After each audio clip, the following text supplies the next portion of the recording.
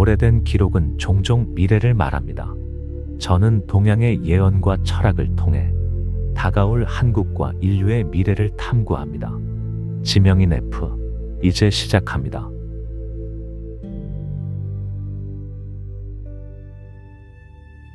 His name was Michel de Nostredame.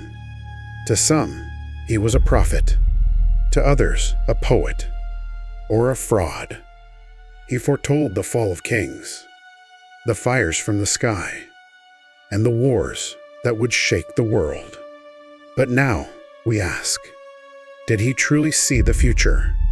Or is it we who chose to believe in his words?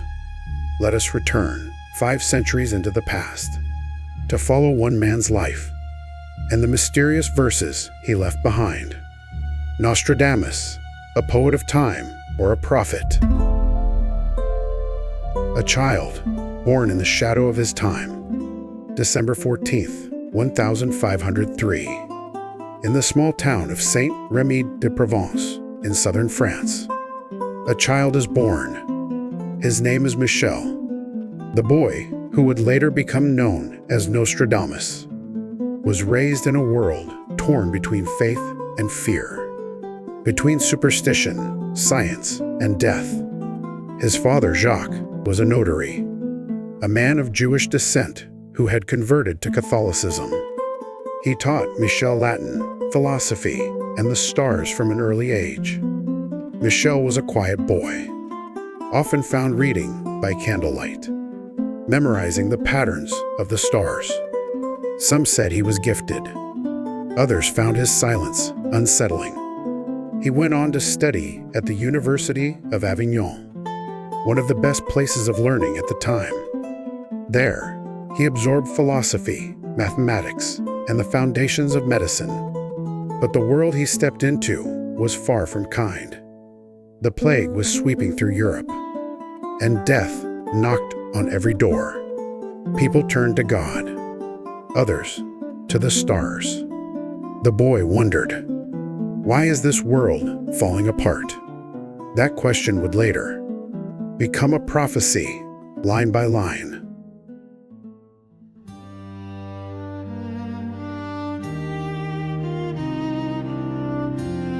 In 1522, Michel de Nostredame enters the University of Montpellier, one of the most prestigious centers of medical learning in Europe. He studies the human body, herbs, astronomy, and above all, how to face the plague that ravages the continent. Unlike his contemporaries, Michel does not bleed his patients or trust leeches. He believes in clean water, fresh air, and isolation. His methods are radical, and they save lives. Soon, he travels across southern France, visiting towns cursed with disease, walking among the dying, and earning a reputation as a healer of the impossible. But fate is not kind. By 1534, his wife and 2 young children fall to the same plague he fought so fiercely. The man who had faced death for others now tastes it for himself. Devastated, he vanishes from public records. For nearly a decade, Michel wanders through Italy, through silence, through shadows. Some say he studied the occult. Others say he listened to the stars. But what we know is this: he returned a changed man, not just a physician, but something else. The return and the path to prophecy. Years pass in silence.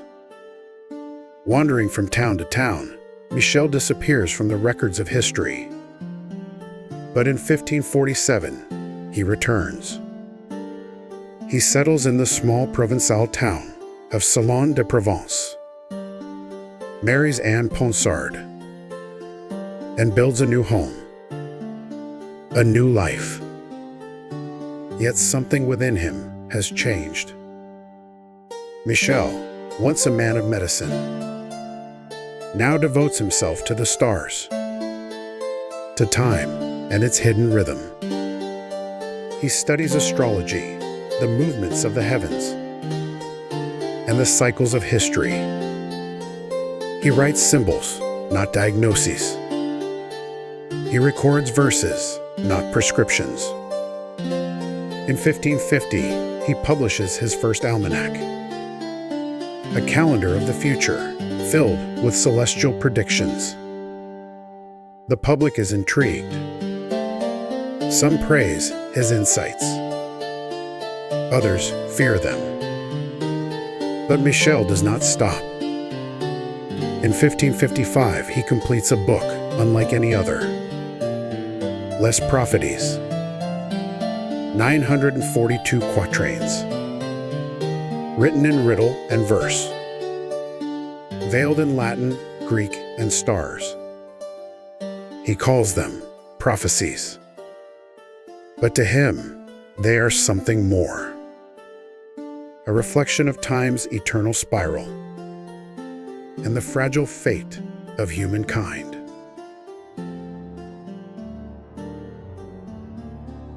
By 1555, the name Nostradamus was no longer just a whisper in the streets.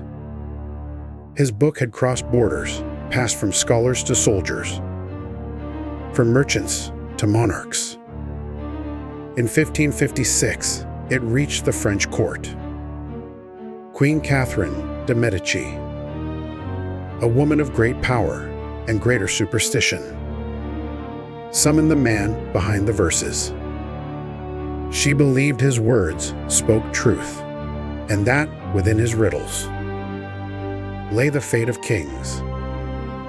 Nostradamus was brought to the court of King Henry II.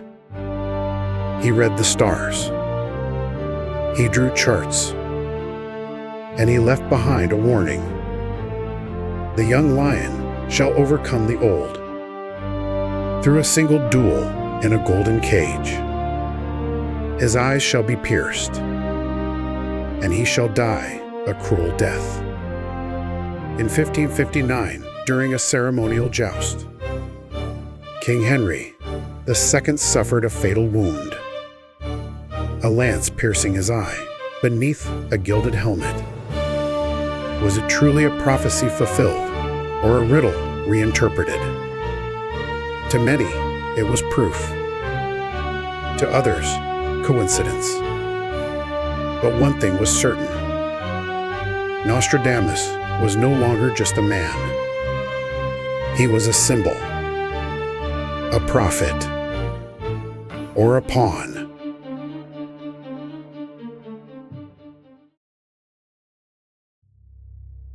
Prophecy is not always thunder and vision. Sometimes it is quiet, a whisper beneath the surface of time. Nostradamus did not claim divine revelation. He claimed to observe patterns. He studied the stars, their alignments, oppositions, and cycles. To him, time was a wheel, and history a spiral. He read ancient texts, drew astrological charts, and interpreted symbols as others read scripture. But there were stranger methods too. He wrote of staring into a bowl of water, of light reflecting on the surface, and images forming in his mind. He described visions as if dreaming while awake. And yet, his words were never direct. They were riddles wrapped in verse. He used Latin, Greek, Provençal, and symbols that refused to be fixed. Was it to protect his work from censorship, or to preserve its mystery? Perhaps both. To some, Nostradamus was a scientist of time. To others, a mystic. But in truth, He may have simply been a man, searching for meaning in a world that refused to be understood.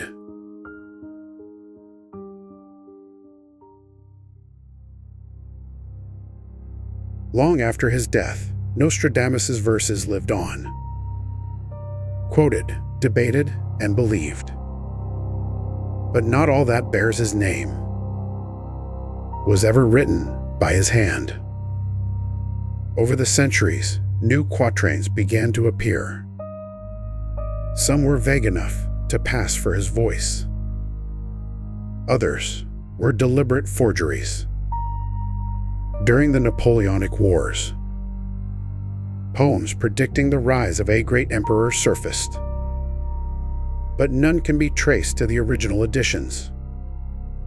World War II brought more. A so-called prophecy naming Hister was tied to Hitler, but Hister was a Latin name for the Danube, a known geographic term. And then came September 11, 2001. Within hours of the attacks, texts circulated online claiming, "In the city of God, there will be a great thunder." Two brothers torn apart by chaos. Thousands shared the quote. Few realized Nostradamus never wrote it. It was a hoax, a fictional verse posted in a student essay years earlier. So why do we keep believing? Because we want to. Because pattern is comfort, and prophecy gives chaos meaning. But belief does not make a thing true. And the future, no matter how many verses we write, remains unwritten.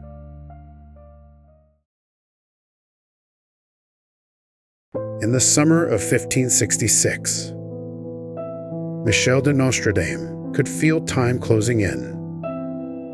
Years of treating others had taken their toll. He suffered from gout, dropsy, and failing circulation. He rarely spoke. He barely walked. But he continued to write. In his final notes, he gave no dates, no names, only the silence between the lines.